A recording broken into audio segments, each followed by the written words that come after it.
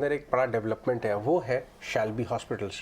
Shalby hospitals के आप stock को ले आइए, काफ़ी अंडरवैल्यूड स्टॉक माना जाता है ये हॉस्पिटल स्पेस में, और वहाँ पे हमने देखा है कि बाज़ार के दिग्गज इन्वेस्टर विजय केडिया जी अब उनके बोर्ड पे आ गए हैं। उन्होंने शुरुआती दौर में स्टेक भी लिया था कंपनी में, और अब प्रोग्रेस आया है कि वहाँ पे बोर्ड में भी आ गए हैं, रिजल्ट्स भी आके चुके हैं। शनै शाह, प्रेसिडेंट शैल्बी हॉस्पिटल्स के, हमारे साथ जुड़ रहे हैं। सबसे पहले ये बताएं, पहले इस पे बात करता हूं मैं, माफ कीजिएगा, मैं रिजल्ट्स भी डिस्कस करूंगा, लेकिन बाजार काफी एक्साइटेड है विजय केडिया जी के एडिशनल डायरेक्टर बनने की न्यूज पे। तो आप अगर आप थॉट प्रोसेस शेयर करें कि क्या डिसीजन ये लिया गया, किस हिसाब से लिया गया है। First of all Ajay, thank you for having me. Yes, हम बहुत एक्साइटेड है कि विजय केडिया जी हमारे बोर्ड पे आए हैं। He has more than 40 years of market experience, as we all know, and उसका benefit हमको अगले कई सालों में मिलेगा, ऐसा हमारा मानना है। एंड साथ साथ में हमारी जो नई स्ट्रेटजीज है वगैरह, वो भी उसमें भी वो हेल्प करेंगे, हमको गाइड करेंगे। And we are expecting that we basically ये जो हमारा टर्निंग पॉइंट है अभी हमारा, हम कह रहे हैं कि हम एक टेक ऑफ करने को आ रहे हैं, बिकॉज इम्प्लांट बिजनेस की भी एक शुरुआत हुई है पिछले 1.5 साल से, जिसका हमारा प्लान है कि करीब $100 मिलियन तक लेके जाना है 5-6 साल में। जो फ्रेंचाइजी मॉडल है, जहाँ पे अगेन पिछले 6-12 महीने में हमने काम शुरू किया है, ऑलरेडी 2 फ्रेंचाइजी शुरू हो चुकी है। अगले 5 साल में चेयरमैन का गाइडेंस है कि 50 फ्रेंचाइजी हमको करनी है।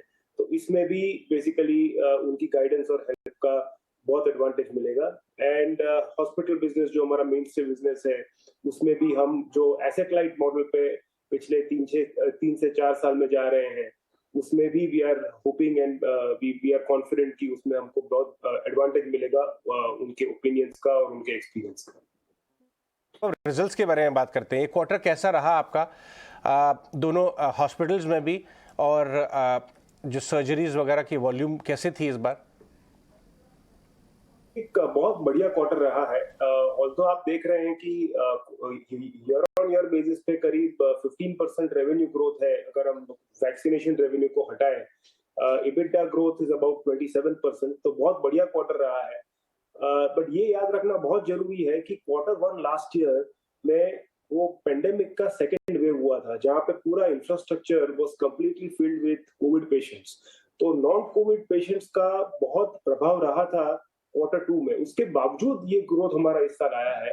तो we are very happy and very confident that this is a very good performance by the company from the hospital business perspective.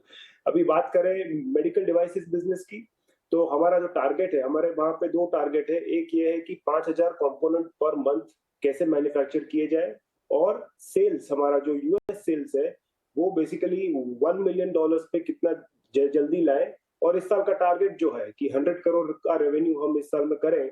All 3 are following in line, because इस बार भी हमने करीब 26 करोड़ का रेवेन्यू किया। तो फर्स्ट हाफ का हमारा 50 करोड़ का रेवेन्यू हो चुका है। तो we are going to exceed that 100 crore target that we have set for this year for the implant business, and the components manufactured in this quarter have been close to 12,000. So we are only 3,000 short, and we are hoping कि Q3 में और Q4 में we will be able to meet that benchmark. बिल्कुल शनै, आपका बहुत शुक्रिया हमारे साथ जुड़ने के लिए, और अपने रिजल्ट्स पर, साथ ही अपने कारोबार विस्तार, एक्सपेंशन प्लान्स पर और नए एडिशन पर हमसे बातचीत करने के लिए। आने वाले क्वार्टर्स के लिए आपको ढेरों शुभकामनाएं। शैल्बी यहाँ पर कंपनी के नतीजे आते हुए दिखें और नंबर्स काफ़ी पॉजिटिव रहे। मार्जिन्स की अगर बात करें 16% से 18% पर ये, और साथ ही कंपनी के रेवेन्यूज जो उसमें 11% की बढ़त, और कामकाजी मुनाफा करीब 30% की बढ़त यहाँ पर देखते हुए। इस बीच आपके टीवी स्क्रीन